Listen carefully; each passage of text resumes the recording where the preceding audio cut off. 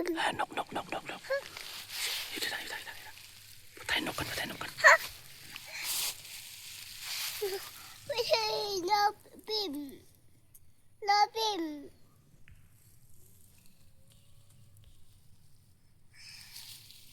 คนเห็นยังบอนี่คือนกขวาหรือว่าไก่ฟ้านี่มันกำลังหากินอยู่ฮัลโหลมันกำลังหากินของขวัญกุลุก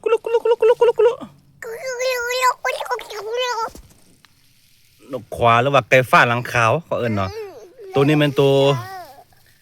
ผู้ตัวยังน้อยประมาณยังบ่ใหญ่เต็มตัวเถอะคันว่าถ้าว่าใหญ่แบบเต็มทีมันสิมีหอนอยู่เทิงหัวแล้วก็ขนมันสิขาวๆหมดเนาะแต่ว่านี่ยังตัวกลางอยู่มันกำลังหากินอยู่นี่เห็นบ่มันบ่ยานคนเลยกุลุกนี่ตอนนี้น้องของขวัญถึกกับใหญ่ๆมาเบิ่งเป็นบ่น้องของขวัญฮัลโหลเป็นตาย่านแท้เด้ของขวัญเป็นตางามแท้ว่าของขวัญเอ้ยมันลบแดดกุลุก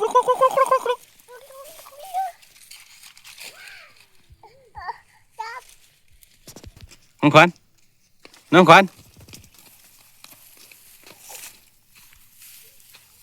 เกือบใหญ่พุ่นนี่ ถึกเกือบไปมาเกือบอีแม่โอ้นี่ทุกคนตอนนี้เราเบิ้งนกอยู่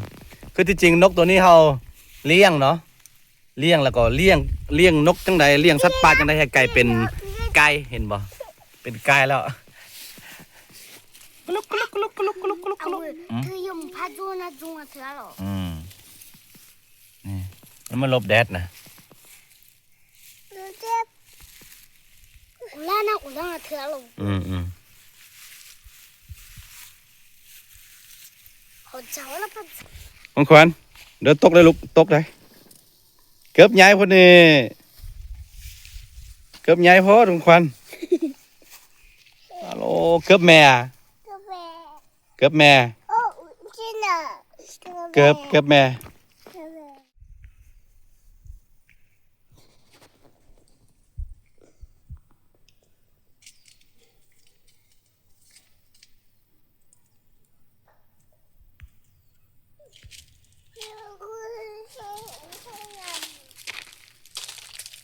กุลุกมันหลบแดดอยู่ฮัน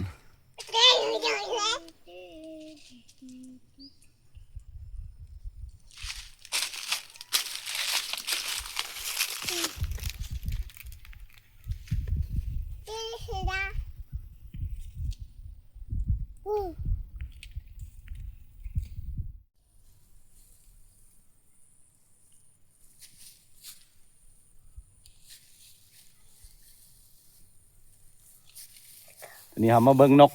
บกลับเพื่อนนี่ตอนแรกมี2 ตัวแต่ว่าตัวหนึ่งนี่มันลงท้องนะลงท้องแล้วมันเสียเอามาแต่ตอนน้อยๆสำนี้นี่นะแล้วก็เอาหัวหั่นเกลืออะไรจนใหญ่ละนี่ชาวบ้านเขาเก็บมาแล้วเขาเลี้ยงนะอันนี้มันกำลังหลบแดดหลบฝนอยู่แดดจัดตอนเช้าก็หนาว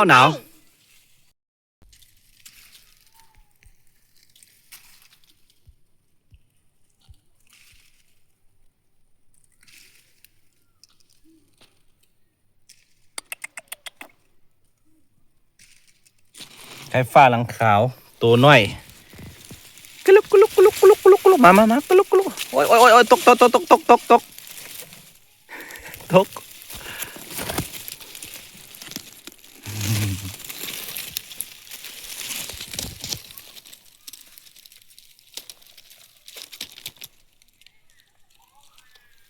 อาจิโร่มาสีอาวิจีเธอ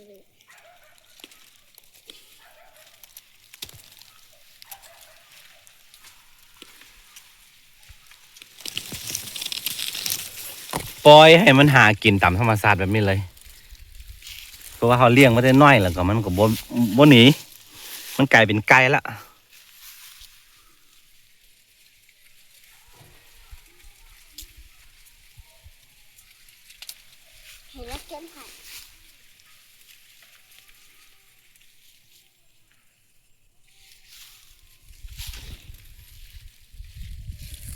ไปเสร็จแล้ว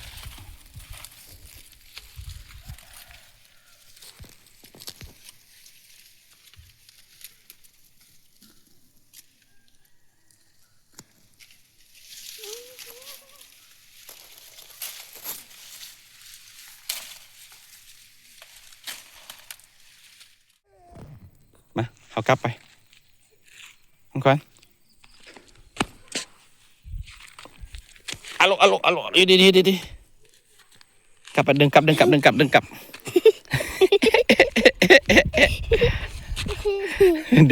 ับหายไปปล่อยได้ลูก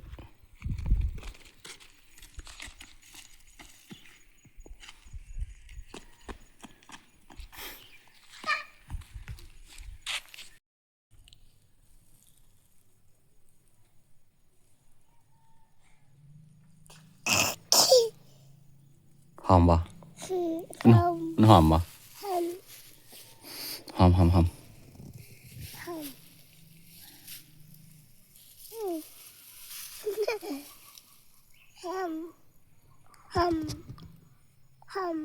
ดังนี่เจ็บหมดนี่บาดหมดนี่หอมดอกไม้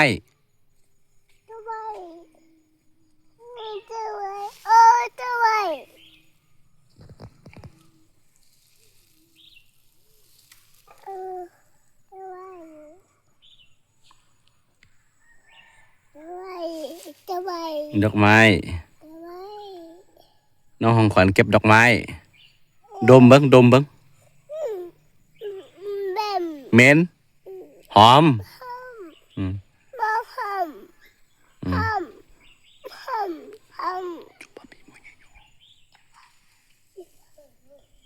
Okay.